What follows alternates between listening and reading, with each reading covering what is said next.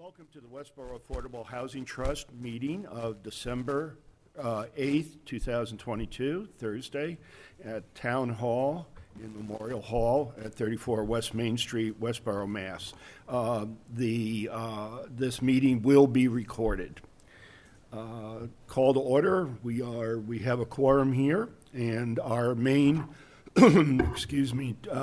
point on the agenda is to review an RFP, a request for proposal for the 3 Baylor Avenue rehab or rebuild.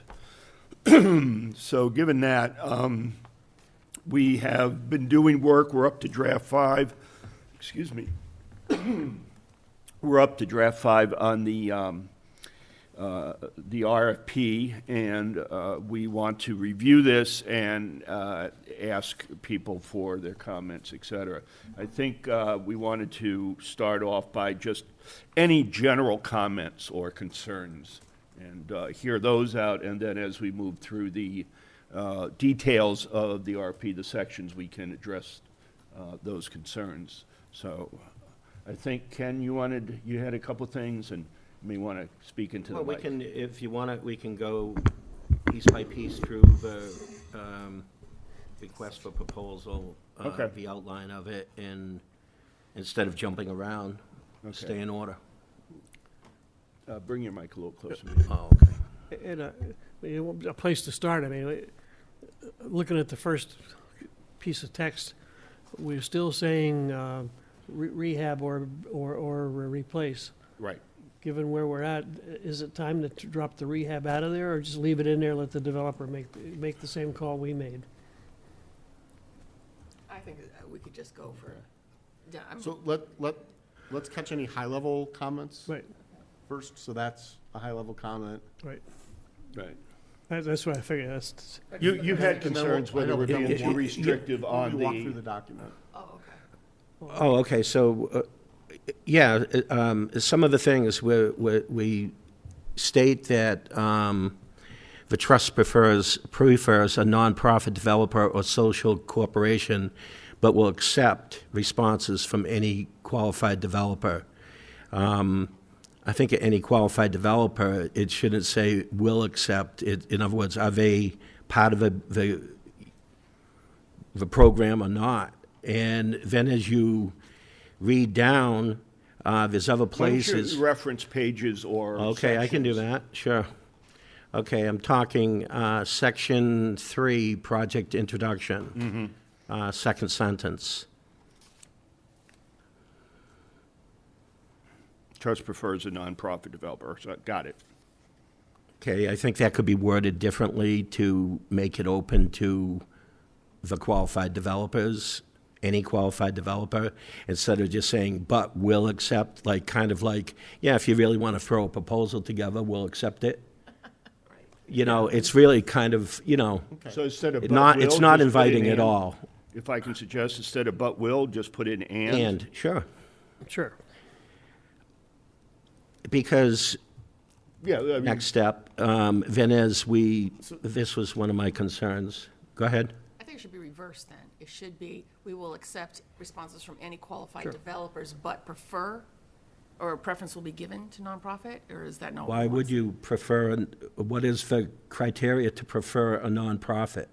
What is the benefit? If there's not, if the price is the price, and they're doing it, and they're They qualified, meet all the criteria. and they meet, right, Hank, if they meet the criteria, then what difference does it make? If if a company for profit comes in and they're $100,000 less than the other, Right, that's true. then, So it's one of many, and we'll get into the selection criteria down later, but it's just one of many selection criteria. There is a small advantage to working with a nonprofit developer as far as availability of different additional types of outside funding, as far as the subsidies go. There's certain state subsidies that only. sure. But the bottom line is the Okay. bottom line. The bottom line is the bottom line, Bottom just line like is the what bottom line. we're dealing with over with the theaters on the other side of the town.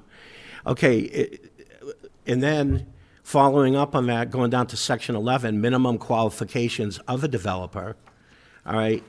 Again, we start off by saying respondents must have prior experience in completing similar projects. There's a lot of corporations out there for-profit that hire people, and people, that's how people make a living. And then we bounce down to 2, and we go right back and say respondents must be associated with a nonprofit organization that provides affordable housing. We had already mentioned that other developers would be accepted. And then number 3, respondents must have prior experience conducting fundraising and community outreach. It's the same as above. What happens if, as a developer myself, what would I have to do? List all the I could list the organizations that I give money to.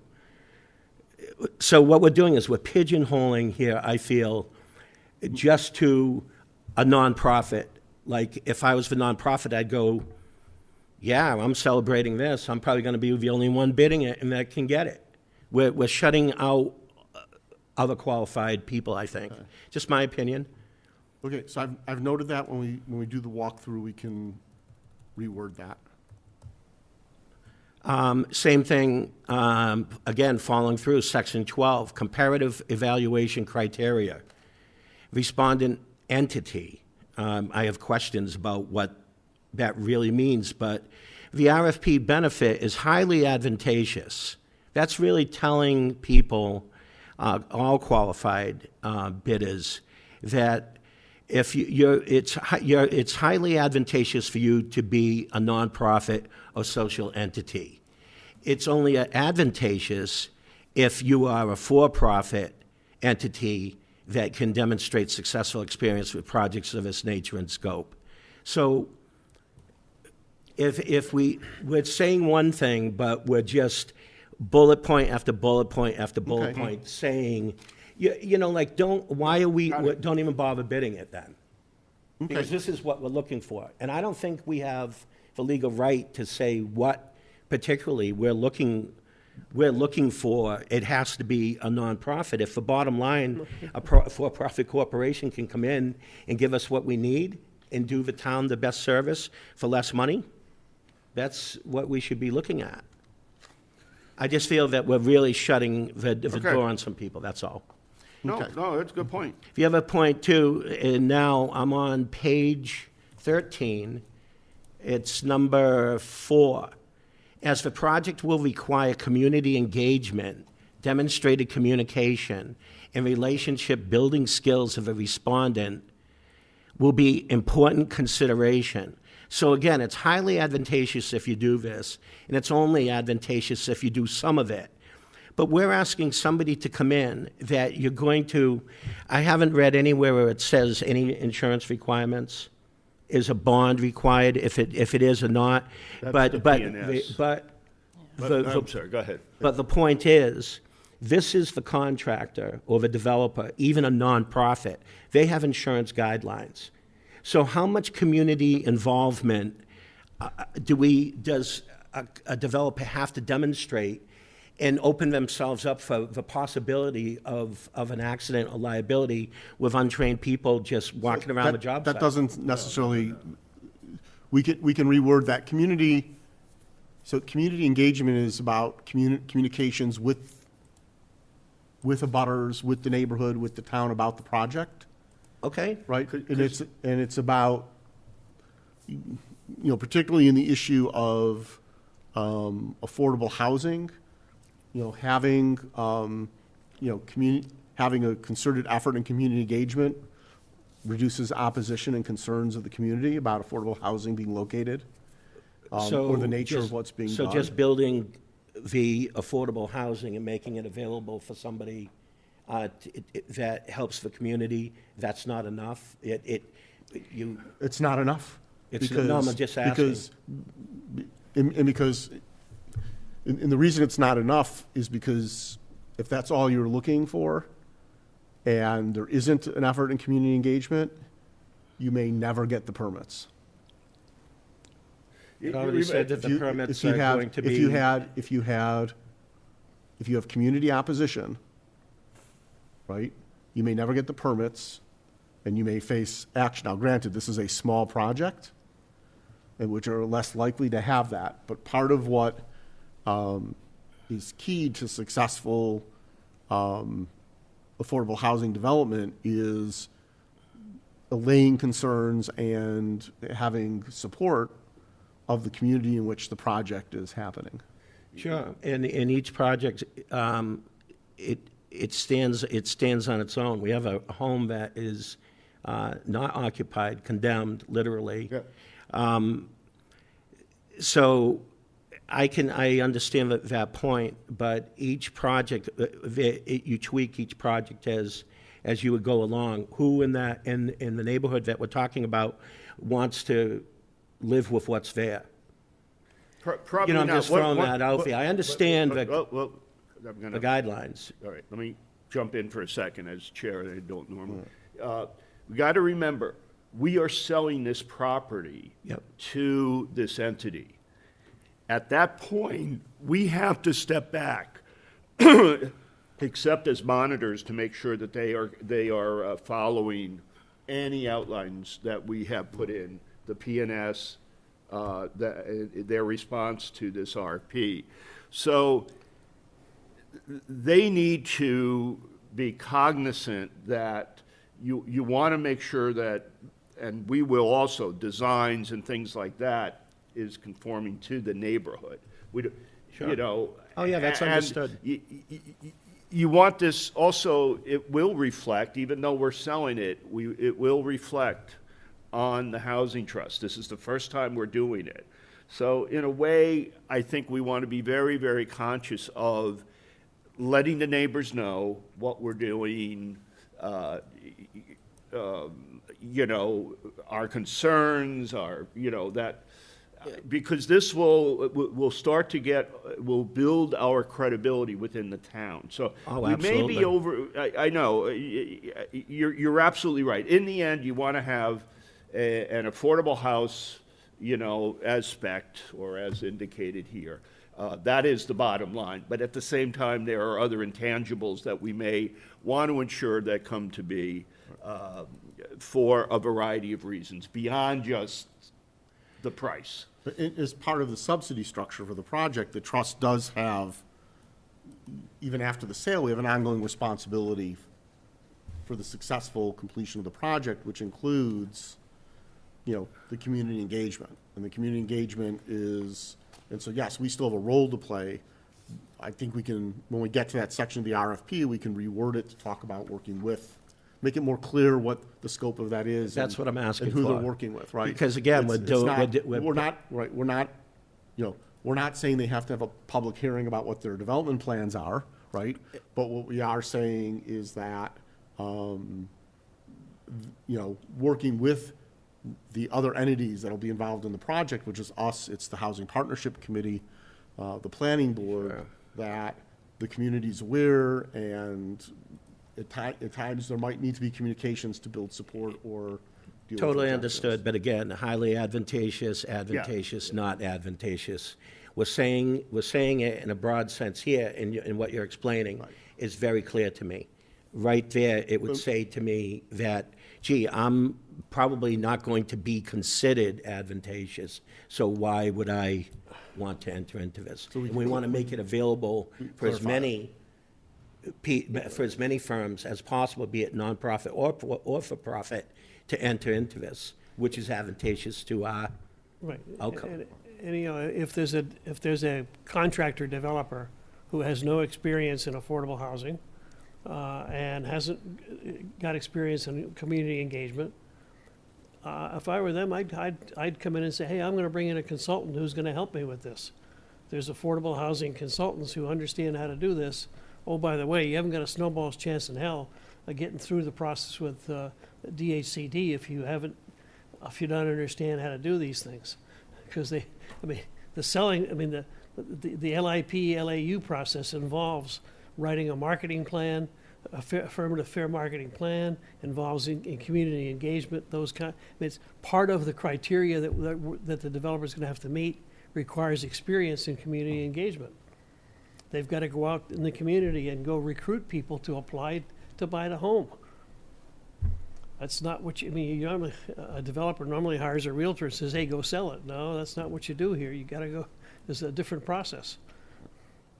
By the way, we end up with responsibility for the property forever in a sense because either this housing trust or someone else in the town government structure becomes the monitoring agent that when the property needs to be resold, they have to participate in proper selection and resale in accordance with the requirements in the HCD, deed. Right. Right. Right. So And the deed you don't just hand it off and walk away. It's forever.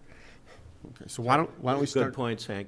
why don't we start walking through? Yeah, you're making good points. We want to get the best developer we can. Yep. Yeah, oh, Without absolutely. eliminating people arbitrarily. So why don't we jump back to section one, the Yeah, introduction? why don't we walk through it and then, And then the first question is, do we want to limit the scope to demolition, removal, and replacement? And pull out the renovation and upgrade? Well, after the meeting that we had with the Habitat for Humanity and the information they've given us and the information Ken knows from his experience, I just don't think a renovation is an option.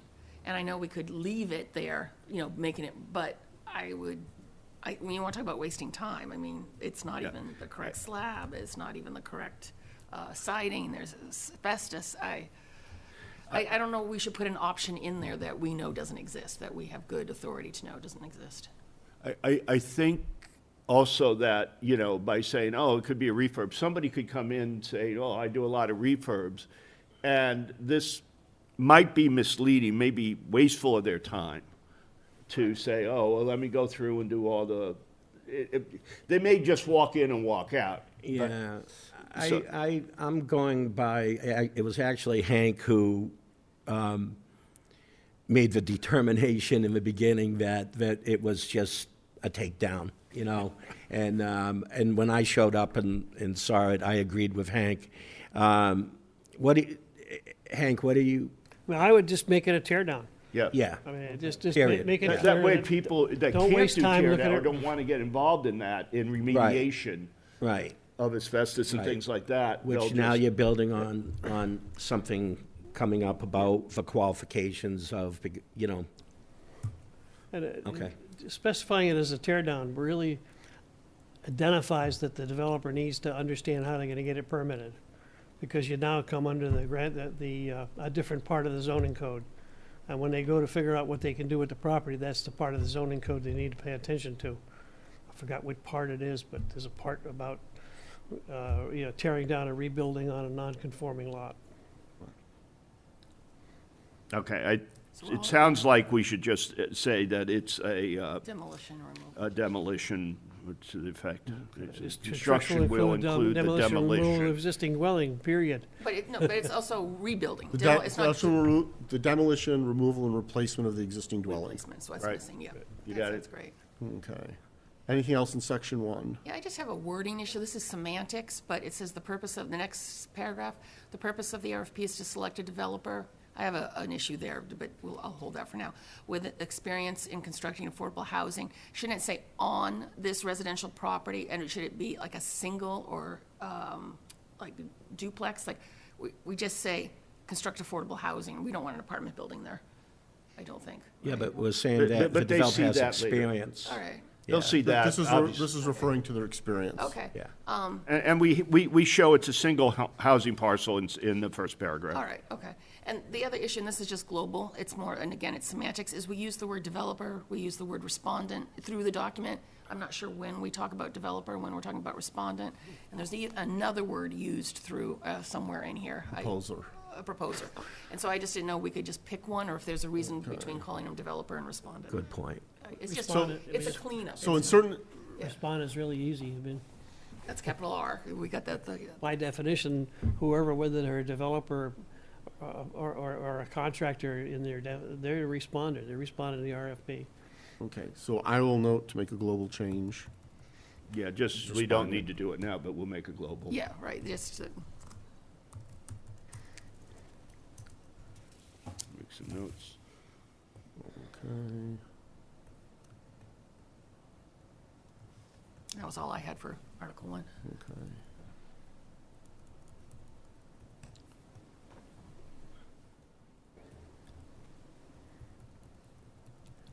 Okay, section 2.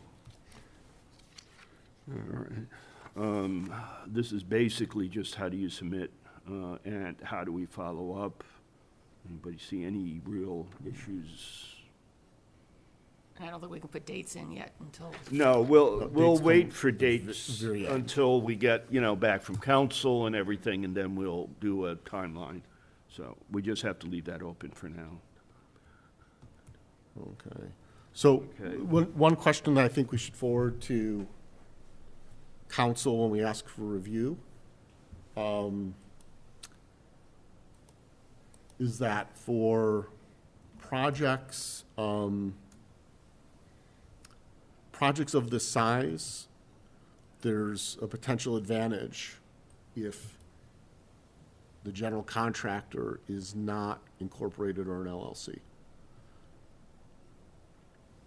And If they operate under a DBA.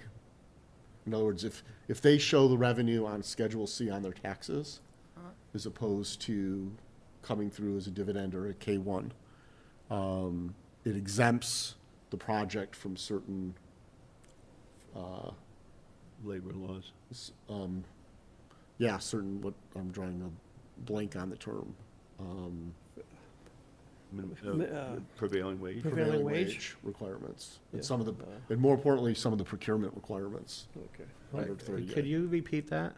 So, my understanding is under a certain dollar threshold, organizations that are sole proprietors, where the contractor would recognize the revenue under Schedule C on their taxes as opposed to through a legal entity that would come through on a K-1 or something, that there's exemption from some of the procurement rules under Chapter 30A. Which has to do is if you have to hire prevailing wage. I thought that this basically. was affordable housing and it's owned by the town. No, it's not. Okay. It's owned by, so, I would, It'll I would initially have, be- I would have somebody look into that because I mean, we bid a lot as a contractor, as an LLC and we also have a C Corp and an S Corp. I have never heard of anything to do with prevailing wage. If it's required, it's required in a sole proprietor. If he's a sole proprietor, unless he has a bunch of sons and daughters that are going to be working on the job, any of his subcontractors or anybody else has to be, they have to pay prevailing wage because he's subcontracting the work to them.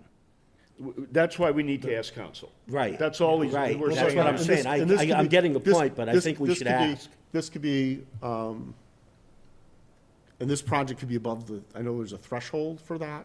This project could be above the threshold. I'm aware that there are other housing trusts that in their RFPs, which are more at the renovation level, where they're flipping homes,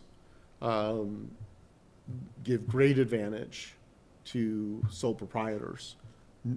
Because I believe this, if the sole proprietor is doing the subcontracting or subcontracting work, then the exemptions for 30A carry through. But again, I would we'll put this ask. out Okay, to well, town well, council. I'm not sure it applies here, but I'm Put just a gonna note make a in note. here, to You know, have council, right, because I don't know. just ask the scope- council, and- should we put anything in here regarding Exemption, exemptions, preference, what have you, right. or what that means. Right. So, So, and we could be way out of scope. I mean, as Yeah. far as, Yeah, as far as I no, know, it no, could be. that's a good point, though. As It's a far as I very know, good it could be, point, if they're very hiring a valid. handyman, right, to make sure all the windows work and, you know, Right. the light switches aren't cracked, you know, it could be hundreds or thousands, not Yeah. hundreds of thousands, right, so. okay, and project, section 3, if we're good to go. Yeah.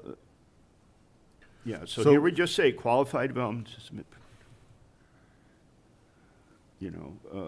Yeah, just delete, I would suggest deleting the second sentence. Okay, the trust prefers, yep.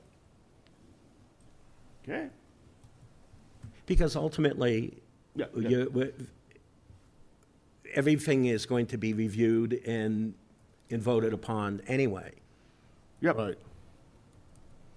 The other one, you know, the next paragraph is just making sure that they understand that this has got to follow, you know, DCHD guidelines, et cetera, programs. The purpose for this, for the RP is to select a developer. You know, I think, yeah, we need to give a little leeway. Sometimes respondent and developer, we may want to use the word developer. If Here it respondent sounds- doesn't Right. make fine. sense, Yeah, if this is a if di- it's sound Right. with that. So as long Right. as we agree, we should be conscious of Yeah, that. the respondent is applying on behalf of The a respondent developer. should be Yeah. the primary, but once again, okay. Section, criteria, so we're just so- referencing that. So the, Alan? so the last paragraph, it says the purpose,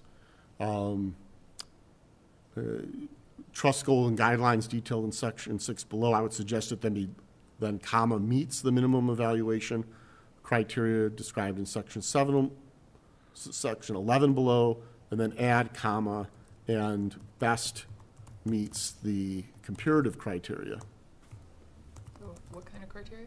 the comparative evaluation criteria in section 12. I'm sorry, We have, our ranking system is actually Right, section 12. 12. We should refer to that in this introduction, the comparative evaluation criteria. Comparative, okay. oh, comparative, yes. You're an empirical for some reason. No. Translate that as imperious. Yeah, it's like, what is that? Certainly He's some sitting right folks, next to me. I some folks think our criteria are It's been, imperious. today's been a long week. It is, it's Today's- long. Okay. Section 4. We did note I think the beginning where, you know, we have a survey at the end. There is water, so water and sewer, we can highlight that or, Okay, so there is water. Public water is available and connected at the property. Public sewer. might, yeah. Sewer, it is the house's septic. Oh, it is? But there's. The sewer word on from street. DPW is that there is a sewer stub for the property that was put in more than, at least 30 years ago. It may or Stub may, being in the street or from the street to the beginning Oh, of it the should property? be to the property line. It could be connected. It's- Well, it's, no, it's, oh, no. sewer is not connected to Connected. the house. Not It connected, could be. right, okay. It could be. Can be, Maybe. right. The stub was put in, it's never been used, it is at least 30 years old and may not be usable. So the stub, So you may have to open the street and connect to the sewer. right, You don't, I would suggest you don't want to put septic in. You know, I mean. Yeah, we don't want to septic. You would That's make it a- mandatory, you're right, Hank, that I would make that a criteria, that town sewer Town sewer's in the street and you is in gotta the connect. street, connect as appropriate. Yeah. That small lot septic is just, in Westborough where there's sewer, septic's not a good idea. Yep. okay. So we'll add that to, Yep, to, Yeah, just, add to criteria, we need to clarify that. criteria, that town sewer is a requirement. Okay. But no requirement to remove or crush. that means somewhere along the line, we're gonna have to get approval They're to gonna have waive to the abandon it, sewer fee. but they'll know that, because for DPW. We can- we won't can, let them just connect to the sewer without, you have to There's a pump up the process in existing town for, We just holding asked the tank if select there board. is one. I just have to ask. Fill the- it, that's abandon the- it, And we you can, know. we can do that It at can be any left time. in place if But it's we'll done know- I mean, properly, and the the developer will DPW have to do that at some point. will approve with that. our- The other thing with too our- is our utilities. We can do it prior to issuing the They RFP. get down to let's utilities, just- it's like, Since we're on, is there gas? we're Yeah. recording, let's have Yeah, one. if we can do it, Yeah. what we're talking about, Ed, is, there's a sewer fee when you connect. Yep, You have to pay off a portion of the bonds. yep, Typically, in these kinds of deals, the community is willing to waive that fee. And the being selectmen, unaffordable. yeah, because it's affordable, the selectmen have the authority to waive the fee, and I would suggest we would ask Request them to that. do that. I don't remember what it is, but it's substantial. Oh, yeah, thousands. Yeah, but Okay, and we can also ask to waive all permit fees. Permit fees, right, yep. For the building department. So, next point, where it says water, public water is available, can we change that to public water is servicing the property? Not that it's just available, it is Yeah, I'll coming in rephrase it from the that way. street. Yeah. And the other thing is that we noticed that the site is serviced by National Grid, but is there gas available? Is there gas also? I mean, I think the Just- other criteria we're laying down is suggesting that we don't want them to connect up to the gas. Yes, we want to do a heat pump. Everything is going to be electric, then, okay, Yeah, fine, okay. right. Unless somebody has a gas heat pump out there that I haven't heard about. Yeah, but that's, What's the joke? Teslas are the most fuel-efficient coal-fired vehicles? I don't know. Okay.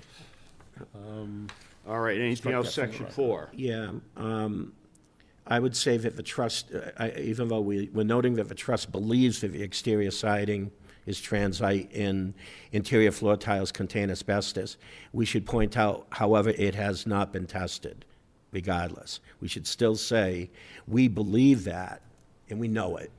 There's no doubt about it, but we still need to let them know that it is not tested, because, Fine, okay, just like the last sentence. The next paragraph says we have not tested for any hazardous material, including asbestos paint. I don't know. and then the water feed Okay, line. let's just Oh, make okay, sure sorry. Alan is catching up. Oh, I'm sorry, Al.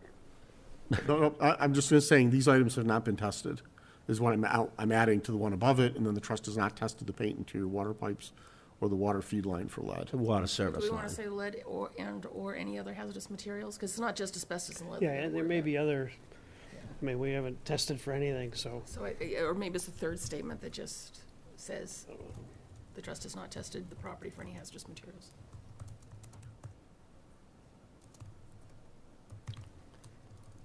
And we haven't done a phase one environmental, but I don't think you need to do a phase one environmental.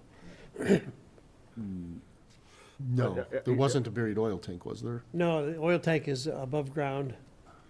It's, Okay. And it's in good and all the oil tank piping is above ground. I thought around back there And was a we've second had one that's the half buried. oil company look at it, the tank is empty, Okay. but that'll cost you, I don't know, a bit of money to Yeah, remove it. yeah. Yep. Okay. Okay. I All don't. right, we're good on that? Section 5? Okay. Watch your time, Ken. Thanks. All right, zoning and permitting.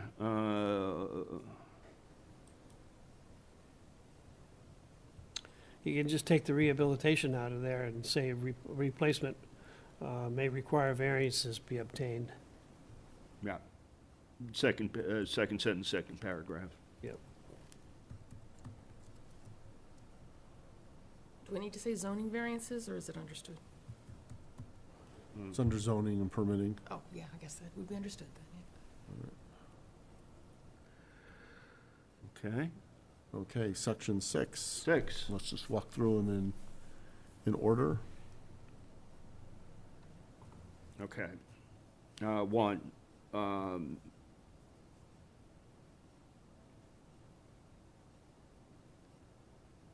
yeah. Okay. This gives us some flexibility, Mm-hmm. you know, because there could be pricing or cost issues. I think leaving it a bit open. We don't want a 4-bedroom, but And also. probably a 3, most likely, if you're gonna do a 2-bath. But I think we need to leave that up to the respondent to come back with, you know, designs. Yeah, once you've chosen, see, like, in other words, like, that would cost anybody, whether it's a nonprofit or a for-profit Right. corporation, money to just go and design something. So are we approving a final design, conceptual site design included with the design of the home after we've made our choice? Or are we expecting everybody to have a set of plans? I mean, usually they don't, I mean, they'd have like a typical plan or typical elevation, but that's about, you know, they just Right. pull something out of their inventory. They wouldn't have a finished set of plans I But a believe that, conceptual site design could Right. be an example of another similar property that they've rebuilt or built. and It's said, going to we have to look- go through a design And so conceptual- process with the permitting site review, right? they'll have to get the building department to Right. approve that it fits within the zoning with, probably the building department will be able to permit it without going to the ZBA, but that's not for sure. Right.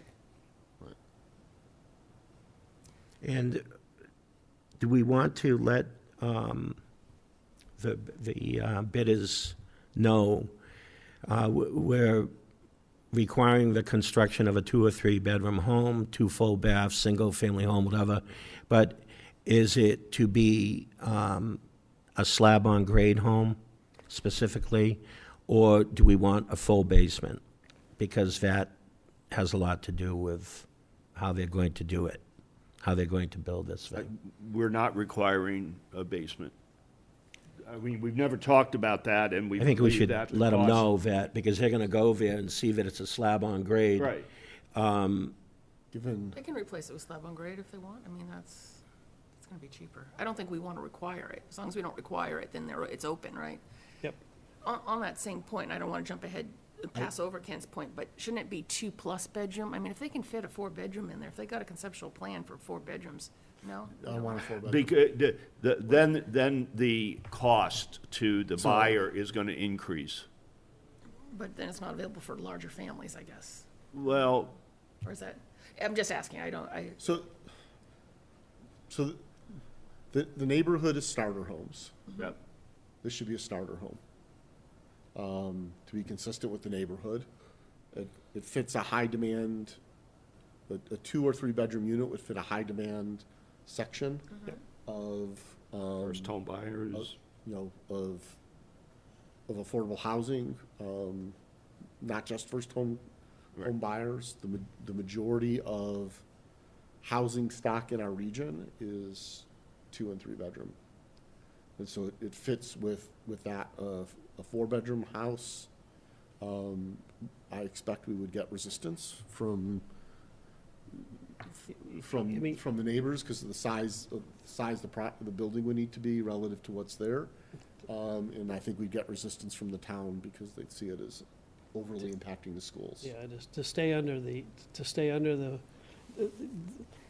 grandfathering will allow you to permit it easily if you're under 1,500 square feet. If you're not under 1,500 square feet, which is where you're gonna have a hard time getting 4 bedrooms, 1,500 square feet. well, this is gonna be more than 1,500 when it's done. No. Not no, necessarily. I mean, Depends 12 on what they come 12 back with, I mean, you know? a typical, low-income home with this, it's like 1,250, maybe 1,300, I mean, Well, and I wish Kate was here because, and again, it may be bedroom, we can leave the 2 or 3 bedroom, but just one thing that she had mentioned about the needs in the community, remember we had that conversation with her, Well, you was need- storage, there has to be room for yeah, storage. I mean, Yes. And so, if it's, I'm thinking if there's an extra bedroom, that can be, a junk room, maybe, Yeah. So the challenge that, yeah. so one of the challenges many communities have actually is in, when you say you need storage, that's great. We can emphasize that we want a lot of closet space Maybe that's what. for we- storage. yeah. The minute you start saying, well, here's a room, it doesn't have a closet, so it's an office or storage room, Yeah, you're actually creating a de facto bedroom. Yes, you Yeah. have. I thought if there wasn't a And we've- closet, And there's we've not run a in, bedroom. and there have been. Yeah, we've there- seen that. There have been developments Yeah. that have had, tried to and I get realize away. this is one building, right? But Yeah. again, this is an indication to the community of how we're gonna operate as a trust. Right. Right? We've had other developments, there's a condo development where it was, 2 bedrooms and an office or, bonus room. Mm-hmm. And the vast majority of those ended up being occupied as a 3rd bedroom. Okay. And the impact on the schools Is- triggered millions of dollars of construction. So keep it at 2 or 3 Two or three, bedroom, but right. maybe we could Not say that- with not a that a large 4th bedroom closet. here, right. Yeah, Not but- that a 4-bedroom here would trigger school development, Right, but right. again, But we want to be consistent. operationally fitting with the community, fitting with the size of homes, I'm comfortable with 2 or 3 bedrooms. Okay. Yeah, definitely, Alan. Okay. I'd like to propose that sentence is, that first sentence, that it reads, "The trust requires the construction of a 2 or 3 bedroom, 2 full bath, slab-on-grade, single-family home," because we're going to be asked those questions on RFIs. Right. Like, do you want a full foundation, or do you want to stay with a slab on grade? If you just put that in there, because that's what fits in that neighborhood, the whole neighborhood is slab on grade. Yes. At that time, the developer did it that way. I'm not sure, given the proximity to Lake Chauncey and wetlands, that you could put a basement in and keep it dry. Given the height of It's the above water. yeah. Given the height of the water Water in the table. neighborhood. I believe slab-on grade's the most cost-effective. Yeah. Yeah, Okay. but I think we should say it, that That's fine. we're requiring the construction of a 2 full bath, slab-on-grade, single-family home. It's just Okay. going to avoid a lot of questions down the road. Okay, sounds That's Yeah, all. sounds good. sounds good. Yeah, Or it's we just, it's can- common yeah. sense, because we've all agreed to that and talked about yeah. it. But why not disclose that? Yeah, put it, helps them say, okay, we understand. What you're looking for. Yeah, we're trying to provide information. In the second sentence, what if we change the wording that said respondents should provide a conceptual, site and building design? Right? Sure. Yeah, we want to see where the That's fine, building, yeah. yeah, Yeah. building and. So it's conceptual, we don't need measured drawings, we don't need architecture We just want to plans, say, we yeah, don't need this looks engineering like. work. It's like, here's a picture of what we think it could look like. Yeah, a lot of developers will give you, hey, here's the last 5 homes that here's the most, of the last 5 we've done, this is the one that Closest. is the closest, and it's the one we used for the pricing. Maybe it's site design showing the building and parking, showing building and parking, you have, and parking shown. Just call it a site plan. Because it is a site plan, but the Yeah. site plan will show the building and parking. Well, Or show- and they'll need to show roughly where it's gonna be on the Yeah, lot, right? Yeah, the square box. Because that'll help you understand. I mean, they could, if they don't show where it's gonna be on the lot, they could easily propose something that just isn't gonna fit. Right, so conceptual site plan and building design. Yep. Okay. Okay, anything on number 2? Yeah, 3 we discussed, and Alan made the point that if this is a first-time buyer, they probably don't have some of these, movable appliances. And this gets it sort of turnkey. Yeah, Do we need a microwave? I mean, they're not, a built-in microwave? That's the only one I questioned was you can take microwave off the list of it.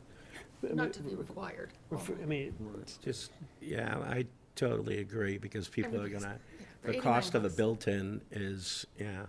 And We nobody don't likes. need that, the microwave, we can just omit that, that's all. My built-in microwave was $139. I just don't want it to be required. I mean, if their plan for their kitchen includes a microwave, I have no objection, but it's not a large. They can have a place for a microwave, it's a question whether they have to provide a microwave. or I- So taking microwave out. Microwave is such a typical kitchen appliance at this point. yeah, they'll put And one in given the anyway, given the size, I'd rather leave it in, that it's an expectation. Because one, it sets the expectation that the design of the kitchen Yeah. has to allow for it. If, given the square footage and making this 2, potentially 3 bedrooms, space, you want counter space, Having you it want not on- functional on the counter space in the counter. kitchen, stuff like that. So I would just, and then if there's vent, it changes your plans on venting, right, over the stove. So Okay, we can pull it out if that's the consensus, but I'd rather leave it in. I have a countertop microwave, so that's why, $89 at Target's. Yep. Ed, you probably want to make the rooftop solar panels. Okay, so 3 is good, Yep. 4? Okay, we're talking about green building designs. Is there any criteria for a lead certifier? Like, who is the lead certifier? Is the I mean, contractor you could ask for them to have a LEED certified design and build. I think that. LEED certification itself is pretty expensive because they exactly, charge a right. lot of money for the inspections and such. So Again, Hank, I asked and you brought Yeah, up great points. but- So this is going to be a cost. It's not just like a minimum, we're bouncing stuff around in this request for proposal, minimum green building, this, that, and the next thing, but who is the lead certifier? Because sometimes there's alternatives to. We're not requiring LEED certification. It's not mentioned, Okay, but you want to go green. right? Well, So we're asking them to use green building methods, Yeah.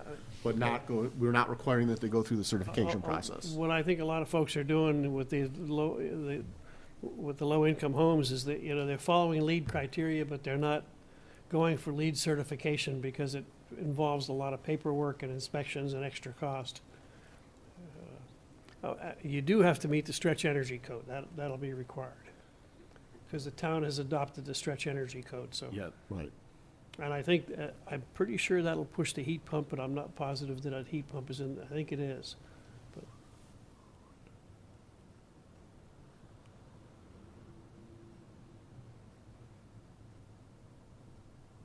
Okay. Yeah, I know. I just had a I, couple I'm more. not trying to get rid of it. No, I know. Beth is holding the fort down. Okay. I won't get to eat You tonight, can, but. by all means, email in other issues after, we put out the next draft, which is what we're gonna do to council, and then that can be incorporated. Yeah, because I just had two questions on 9 and going down here. Everything else was pretty clean. And Okay, then what's 9?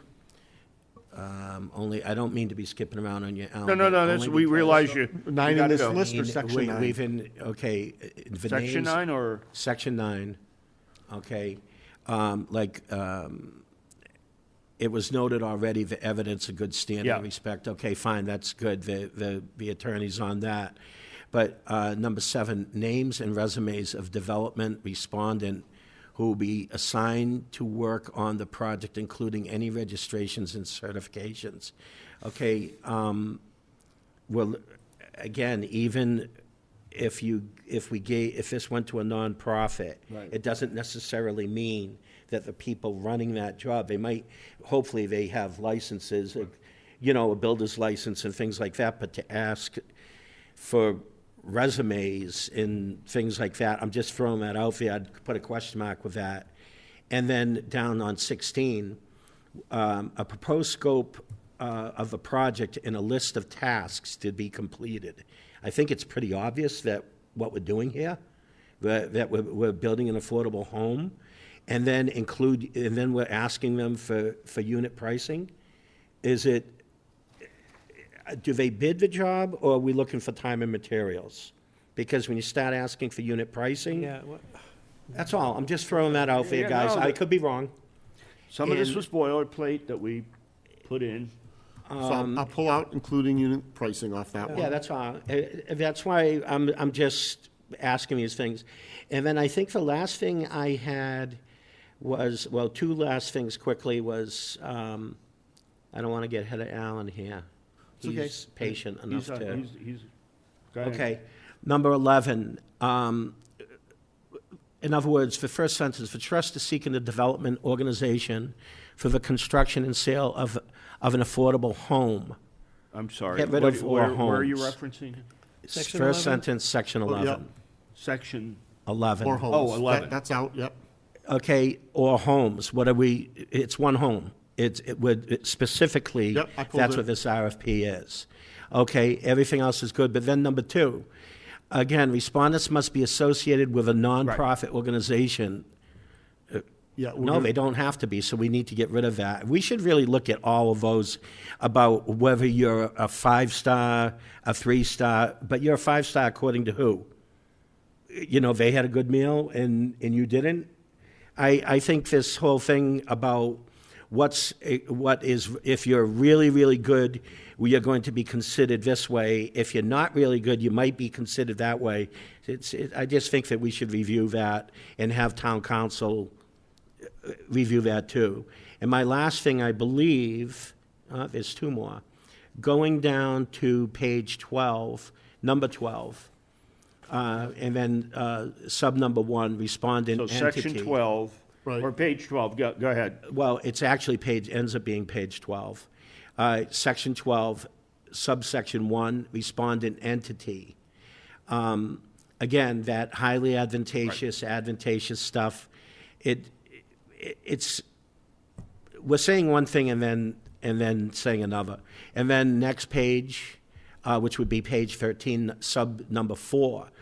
As the project will require community engagement, demonstrated communication and relationship building skills of the respondent will be important consideration. I think that we should just review that, and I understand exactly what Alan was talking about, and I 100% agree with it. But I think the way that we word that, Needs to be changed. yeah, that's all. We need to look at it. yeah, You we'll know, reword it's it. like, what is there criteria? Or is it just good, common business sense that whether it's a nonprofit or for-profit, you engage in the community around you? You know, and any good businessman, business people are going to do that. Right. And I think here, I think we'll clarify what we mean by Yeah. community engagement. Yeah. But I think it's legitimate criteria just for them to say that we have extensive or some or little or no experience in doing that. All right. Because having a developer who doesn't have experience can put the project at risk. Okay, and again, page 13, number 6, evidence and ability to complete project in accordance with project schedule. It's kind of redundant. It's like, again, highly advantageous. You're rated this 5-star if the work of the respondent is deemed excellent by 3 of your references, but only advantageous, okay, if it's this. It's Trust separate. me, I can get references. Alan, I'd get a nice reference from you. Okay? I think that we really need to look at that and see through it ourselves to make sure that we're getting the very best quality here. These are inconsistent. We need to rework this one. Yeah. And the last thing, okay, page 15. 9, I came up with the zoning, but again, the town council's already on that.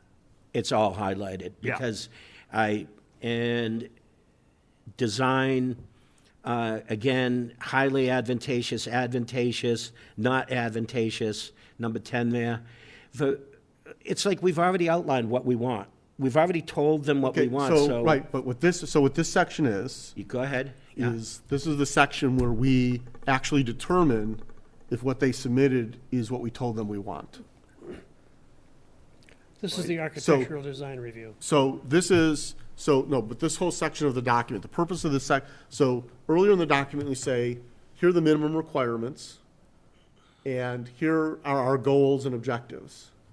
This is saying specifically, these are the criteria that we will be evaluating your response on. We'll be walking So through if these. and- So in the goals, we can say, for example, we want it has to meet stretch energy code, right? Yeah. But we would prefer if it's net zero, okay? The criteria is where we would say, we will evaluate your response. If it's meets stretch energy code, it's advantageous. Okay. Because that's a requirement. If you have a net zero solution, that gets a higher value for that criteria. We'll consider that, right? So this is where we're actually saying, you're sort of saying, here's what we want, minimum, here's what you want, here's ideal.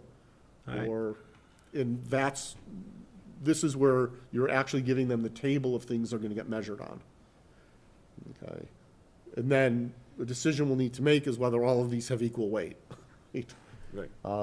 Which, not specifying a relative weighting of each of these criteria gives us more flexibility in how we determine who we select. It's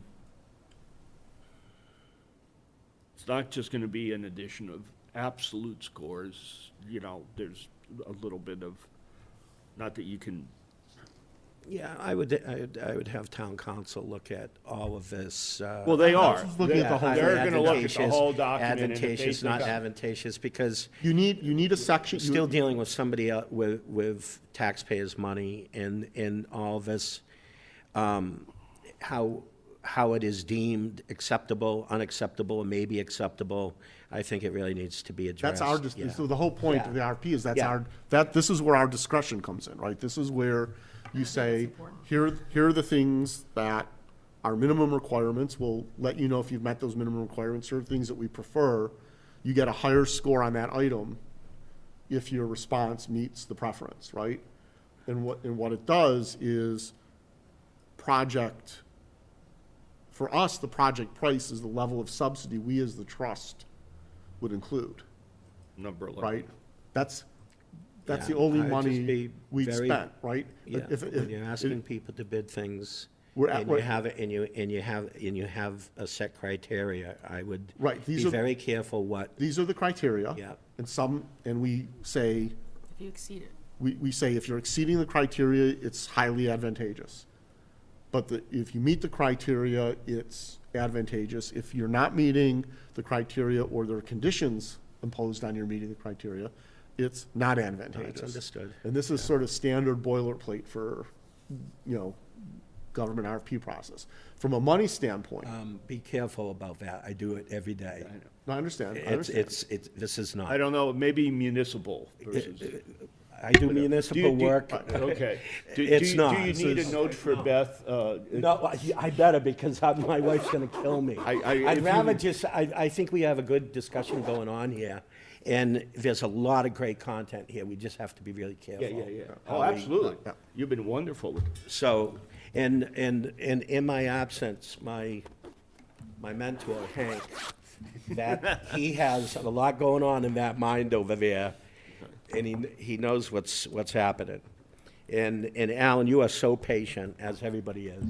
No, it's a learning process for everyone. Yeah, no, we want it, we want This it. is- We want to this do a is- great thing This is for all the good stuff, town. because there should be many, many more of these Yeah. happening.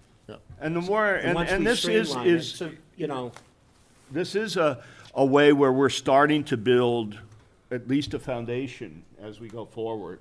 Right. With other similar projects. Okay, there's always a so learning curve. where do we? I apologize, I have to No, leave. that's, No, that's fine. worries. My next question's 11, but I don't know if, I don't want to Hold jump on, let's- ahead, because we'll- I know he had to we'll jump. walk through. What time We is had it? to jump ahead. Yeah, I'm sorry about that. No, no, no, No, that's no, fine. no, we'll, Blame it on Ed, he wanted me to, I wanted to make sure we got in your comments. So anyhow, where do we leave off? That's what I'm trying to I figure out. think 6, We're in section 6 still. Section 6. yeah, okay. we were just doing, Here, thanks.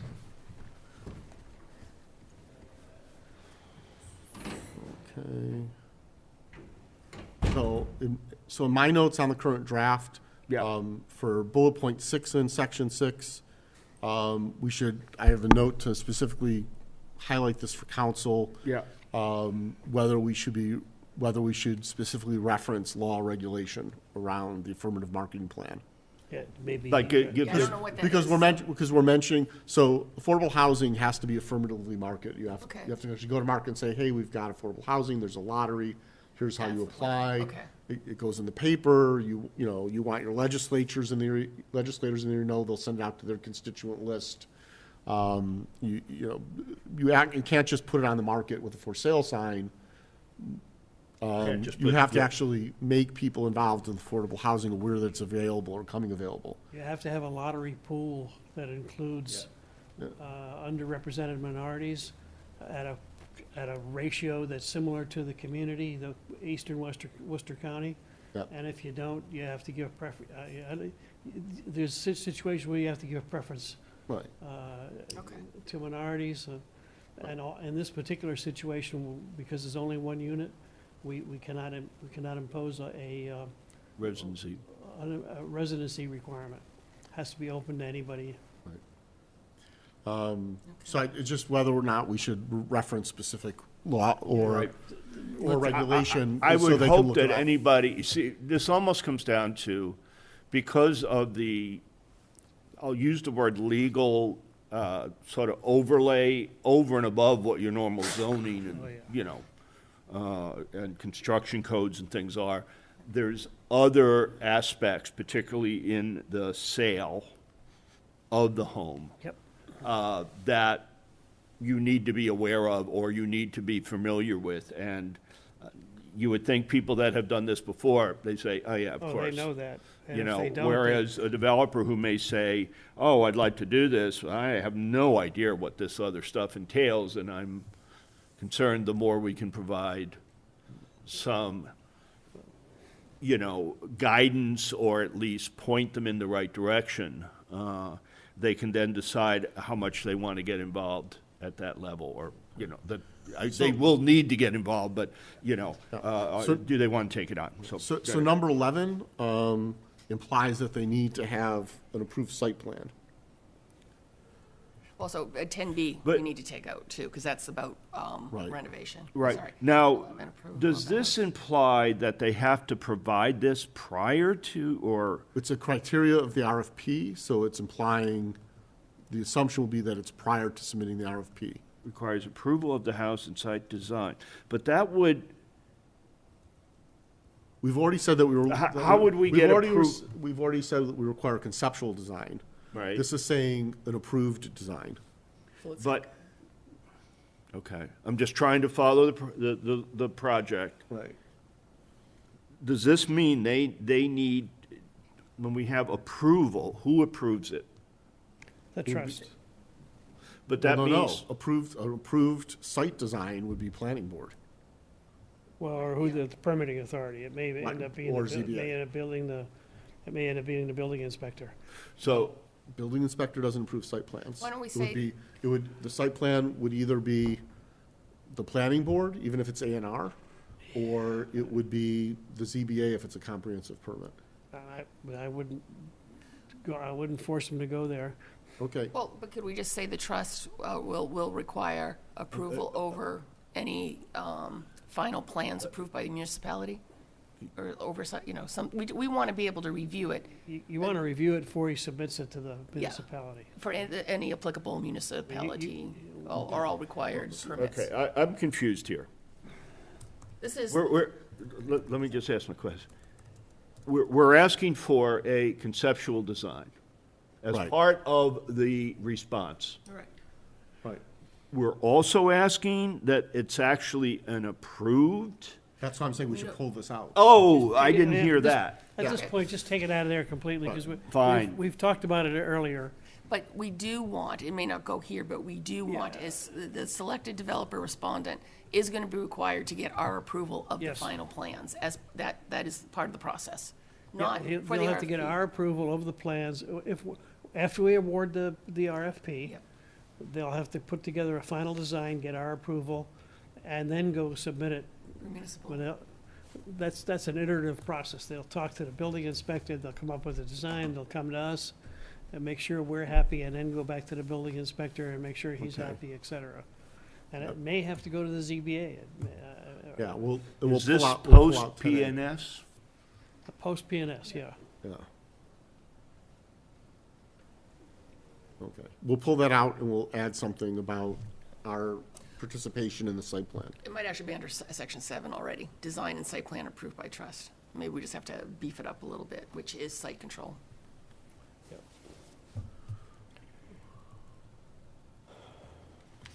And this would be transferred to the respondent.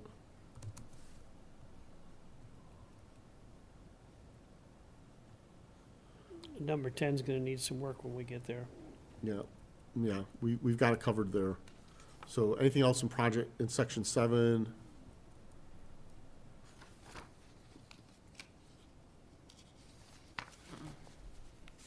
Okay, so.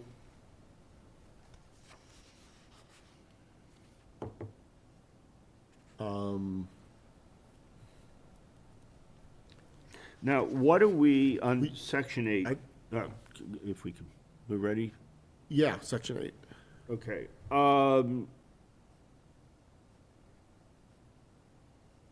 Who fills this in? I would actually change this to ask them to provide a high-level draft project schedule. Okay. And if there's specific elements we want to see, I think that might make more sense than could it, because we'll have to put in we're gonna say the deadline for proposal in the beginning of the RFP. Right. We tell them when you have to have a submission. And then our award of contract is gonna depend upon, well, how many do we get, how complex, how many questions we have, et cetera. And but, yeah, 'cause- so some of these are gonna be difficult to, Well, we don't. the only thing I we mean, can do is, shouldn't fill all these is in. ask for time frames, Yeah, yeah, not from- schedule. we're from not, the award not of dates, but timeframes, Yeah. right? Right. So it'll 30 be to like, 2 weeks, 4 weeks. 30 to 60 days from the award of the contract, 30 to 60 days from the Right. closing on the PNS or whatever, you know. I would say we defer to Alan and myself to rework this. Yeah, If people feel comfortable that we can last redo it. but the last sentence said we gotta do something with, because it won't work. The goal The is goal to is- start the project in the spring Yeah, of I know. 2023. I mean, we're not gonna get it, we're not gonna get a response until the end of Q1 at this point. I mean, with all the steps we have to go through, it'll be the end of Q1 before. yeah, I mean, if we're able to approve the RFP at our at our regular January meeting, Yep. then, So you look at a minimum 30 days for. so so it would get posted that week. You know, you have a minimum of 30 days, but we're at, you know, people need to request the RFP, we would need to do a site walkthrough. And then give them time to respond, so we're probably looking at a due date of 45 to 60 days. So let's assume it's end of February, beginning of March, right? And then at that point, the process is we're allowing to be able to ask specific clarifying questions to each respondent, and then asking them to come to a meeting to present, where we can also ask a set of standard questions to all respondents, which gives public, at that point, it will give public exposure to where we are in the process and what the various options are. Following that, we then deliberate and do our ranking and make a decision. And so we're probably, if responses come back end of February, we're probably not gonna have that public meeting until, if we do regular schedule, then we decide to do an evening meeting, end of March or beginning of April, we're probably not making the award till sometime later in April I just think striking that, or our May. Yes, so you we'll know, strike it. just, because we don't want to give a date and then people just say, well, this is ridiculous. Yeah, I mean, So the last two sentences. Yeah, well, this will all get reworded, okay. Section 9? Okay. Right, who responded?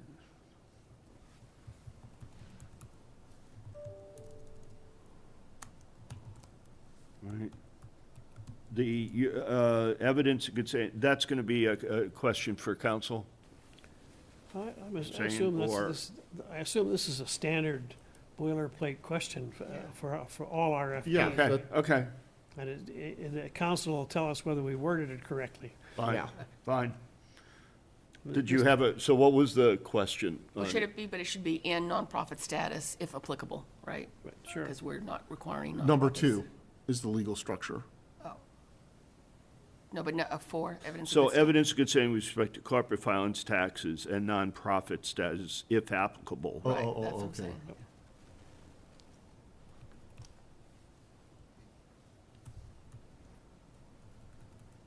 So did you have your 990? Okay, But 21 also says, please certify that the applicant, again, we got another word here, as a respondent, is in good legal standing, not involved in litigation or under investigation.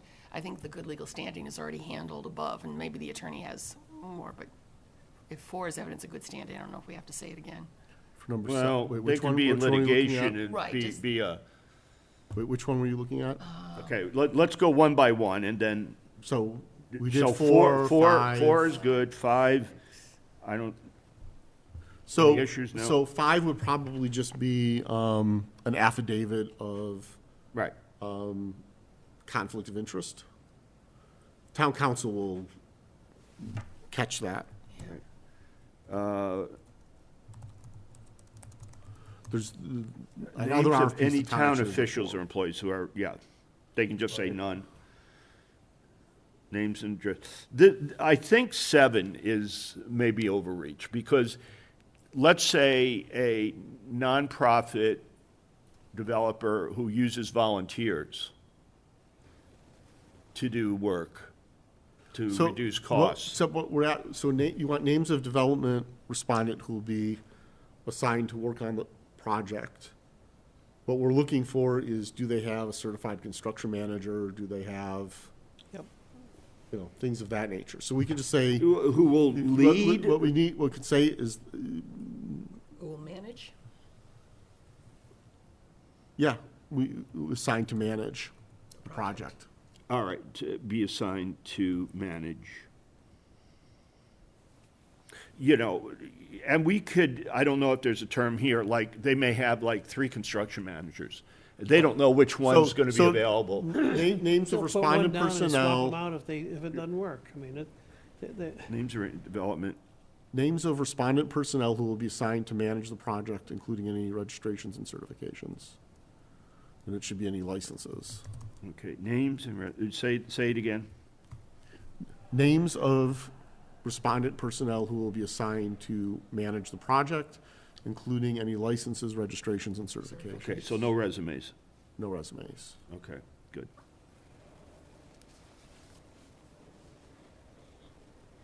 Okay, demonstration that the process meets minimum criteria in section 11. Okay, we'll represent.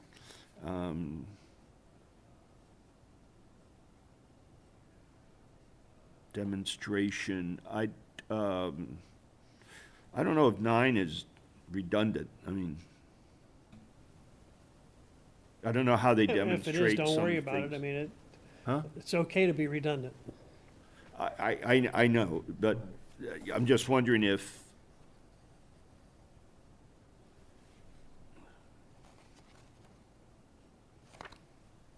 fine.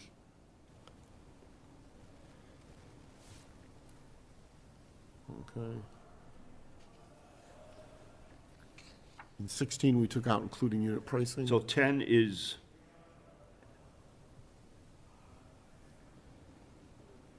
we're asking for their project budget. Yep. And then down below, we talk about draft funding plan. That gets into more detail about the funding Yeah, sources. where are you gonna get the money from, right? Which, Right. And this is where we'll know whether they're gonna use the LIP tax credit. If they're interested in us doing pre-permit financing. And if they're looking at financing mass housing finance agent, or other subsidizing entity. Okay. All right, buyer selection. Okay. I mean, some of these, they can collapse down into, Yep. you know, a response. Here's, you know, can be a list of recent similarly included business project costs, data, date services provided. So 18 will explain how the organization works. Yeah, contact them. I did We'll reword post. that. Right, we took out unit pricing on 16. Yeah.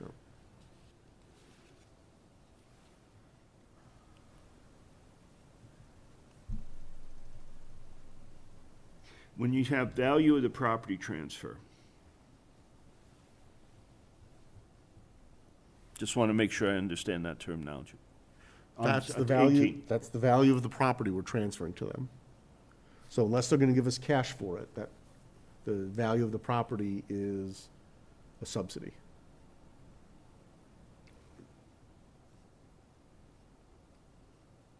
Okay, I guess all right. And we need to tell them what the value of the yeah, property yeah, transfer well, is. I'm trying to see, okay, how are they responding to that? What's their answer? What would be a typical answer? go to the registry, look at what it's sold for, put that number in. Draft includes. Well, the registry's gonna I have a think number. we'll ask whether the value of the property would be considered what the trust paid the town for it to clear the tax lien, Yep. or the assessed value of the property, Yeah, and they'll pick one of those, market and value. they'll pick one of those and plug that number in. Again, But they need, Or they may just say, give us the property and if they, okay, No, if we're- we give them the Yes. property, it, then that is a subsidy. They need to Right. put a dollar amount to it as part of their budget and part of their funding source. Wouldn't we tell them what that value is? We Okay. may, No, we may, I I'm mean- trying to find that out. Okay. I mean, they've got to put together a budget for DHCD to get DHCD agreement and approval. And they have to include subsidies, the amount and nature of subsidies that are in there, so that they can get DHCD approval on the project. Because DHCD controls the amount of profit you're allowed to make. Right. okay, as long as it's,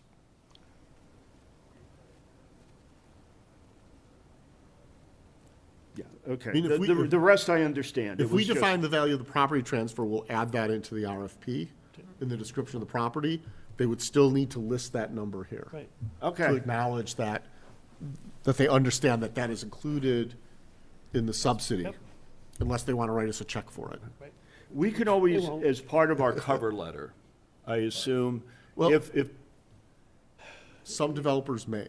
Yeah, they may. They may want to write the check for it because of the way the tax Right, credits work. could be, right. right? Could be that there's an advantage to them to doing that. Yep, right. okay, we can always include in a cover letter if there are additions to this, like, just Well, like, anytime during the bid process, we can go out and send a letter to everybody but saying, he's oh, by the saying, oh, way, here's some we have addition. an additional requirement for Requirements information. or Here it information. is. Make it part of your proposal. Yep. You can even do that after, but after all the bids come in, if you have questions that you can't answer Oh, yeah, from yeah. the bids, you just go back to all of them and say, hey. I understand. So I wouldn't, Okay. Other than good legal standing uninvolving, yeah. So I think We'll that should leave be- that, that could be rolled into, I think it should say, please certify that the applicant is not involved in litigation or under any investigation. And I don't think it has to say good legal standing, because good legal standing is handled, Earlier, right, we'll strike that. Yeah. Okay. and that was it. but this doesn't knock somebody out if it's a frivolous lawsuit. Yeah, it has to materially affect. Or their ability. large corporations are almost, these lawyers today. I know, but it does say that it's not that they're in litigation. They can be in litigation, but it has to materially affect their ability to perform. Like Correct. if Yes, it's a yes, yes, multi- like they could go out of business if they're found Right, in. right, they're gonna file for bankruptcy if they lose, something like that. Okay, Okay. we'll move to 10. Section 10. How are people doing in time? We're moving, we're just about 10:30. I have no place I'd rather be. Well, I do have an 11 o'clock, yeah. Okay. so I could probably like another 5 minutes, we need to Okay. 7. finish The bus is still run then. Oh, the bus is still running? Okay, We need to we need to wrap this up. yeah. So the big change here is I pulled in boilerplate from other RFPs the town has issued about completeness, blah, blah, blah. It's just that What- proposer's gotta be, The big change was the second paragraph, no proposer may, or respondent may withdraw his or her proposal for a period of 150 days after the date set for the opening thereof. why is that? Why is that? Yeah. Because once they submit it, we need time to do the evaluation, Gotcha. the Q&A, the. We're going to the- invest the- time. The public interview, and then make our decision. And what this is, what this is saying is that they can't, if they can't Throw it out. withdraw their proposal, they can't amend it. Right. And so. Basically, They it can't says, change the price. They can't come back. In your this quote given- is good for, 5 months. yeah. Well, so you say withdraw or amend, then? You don't want to put amend in there because you may. No, come back that with opens up a criteria can of that worms. you need- Whatever- you oh, need I'd them ask to them to amend, amend. right? Unless asked by the trust. Right. So they can't, they Can they unilaterally amend? they cannot unilaterally amend. Okay, And this is saying they cannot by law, they can't unilaterally amend. okay. This is saying they can't withdraw. Okay. So if they say, gee, oops, I underbid something, or oops, this is an issue, they're held to the terms and conditions, their bid, and effectively, this gives us 150 days to Gotcha. make the award. Okay. It's kind of like you're the low bidder, you read somebody else's bid, you realize you made a mistake. Yeah. Tough. If they hit your Right. bid too fast, you know it was too low. Yeah. That's what we used to do on Wall Street. Okay, there was also discussion, no more than one proposal from the Yes. same developer. Yep. But I did add. Yes. A proposal may offer more than one design option for the proposed Right, unit. good. Yeah, Yep. So that if they say, oh, here's a 2-bedroom version, here's a We can do 3-bedroom, this, or we can here's do how the this. budgets work, you tell us what you want to do, Gotcha. we'll go either way. Minimum qualifications, we're already going to rework that section. Some of the other criteria we have about good standing should probably come down there. Yep. We'll do that. And then it's the comparative evaluation criteria. okay, ready for 12? 8, 9, 10, 11. We've sort of gone through this, well, let's just walk it. Quickly. We need We, another. we can, if we need another meeting to do this is the meat of it, because this is how we decide Yep. who wins. Yeah. I don't know if this is something we can wrap up in 5 minutes, and I'm Yeah, sorry. we, Can we have a remote call to go over 12? We can do a remote, Like, not have to wait a month? Could we do that? or- We could. yeah. I know we're all thrilled, but it's, Well, It's always- the only thing left is 12 and 13. The rest is, so we can we could- just go we- over well, I know those? Ken had some real concerns, so I just, Yeah, you know. let's, Set up a call and I we'll, would set up that we post another meeting all right. specifically to I'll ask review this. Just for 12. sooner rather than later, yeah, and like So next week. Next week is perfect. next week should be great. And Check. just See, next Thursday morning or even earlier? earlier. I'll send out, I'll ask people Google- what, Ask people what- Doodle I'll poll say, or something, you right? know, It can be Zoom. I am very flexible. Can it be Zoom, or do we have to be here? Can be Zoom. no, it can, we don't need to be here at all. Post it as a remote meeting. Okay, so if I can do it from home. Yeah, yeah, if yeah, I can yeah. show up, I So will. what I would I ask would even people. do it in the evening if you need to. I mean, Yeah. whatever works for you. What I would ask is when people can do it, and when people could attend in person and when people could attend remote. Because if we have a quorum here and people are remote, Then we do a hybrid. then, well, no, then it's just an in-person meeting with remote participation, Okay. as opposed to hybrid where the public can come in remote too, Oh, okay. right, versus fully remote, right? So it's all how we have to set it up. We just should know in advance. All right. Well, so right now, if next Thursday works, I mean, I can. Okay. I don't know if it does for the people who aren't here. And but- then I'll check, I'll but have for this. detailed discussion of the session, I believe executive session might be appropriate I think so too. for discussion of this section of the RFP, Yep. Okay. right? Even though the RFP, the final draft is public, the discussion of how we get there. Yeah, we don't want to Might tip be hands or executive In fact, something. that was something I think Yeah. Ken brought up. He was concerned about talking about this Yeah. section. Yes. Okay. The only other thing, just before we go, Hank, you had asked, or just to bring us up to date, and so we'll close out on the discussion of RFP pending, and we will adjourn and then reconvene. It's not a recess. And you wanted to bring up something on Endicott with the rec Just commission. will make folks aware that the rec commission has asked us is gonna, on the 20th of December, they're gonna vote on, I'm not quite sure what, but they're gonna look at our. Discuss it, they said. Discuss and I assume vote on the proposal. I think the only objection I had heard in the past was that they might want to put more pickleball courts in, and we'll have to see whether that's, certainly the rec director didn't have that in mind, but some of the commission people may, and we'll have to see what comes out of that. Okay. We weren't invited, but it's an open They meeting. may invite us down the road, but they haven't yet. Okay. Okay. All right, so, but the 20th, I will be away. Yeah, it's a virtual meeting, but, Okay. no, I'll show you. Generally, when we're on, just for new people, I don't know what that is that's on. Is that something that's? Oh, it's the bottom of the, Oh, but gotcha. just in general, it's best never to talk about any plans, like vacation plans, being away, things like that, in a public forum. Yes, okay. So, I move we adjourn? Second. Second? All right, favor? Thank you. Super. That was great. Yeah, this is, Well, it's also our obviously, first one.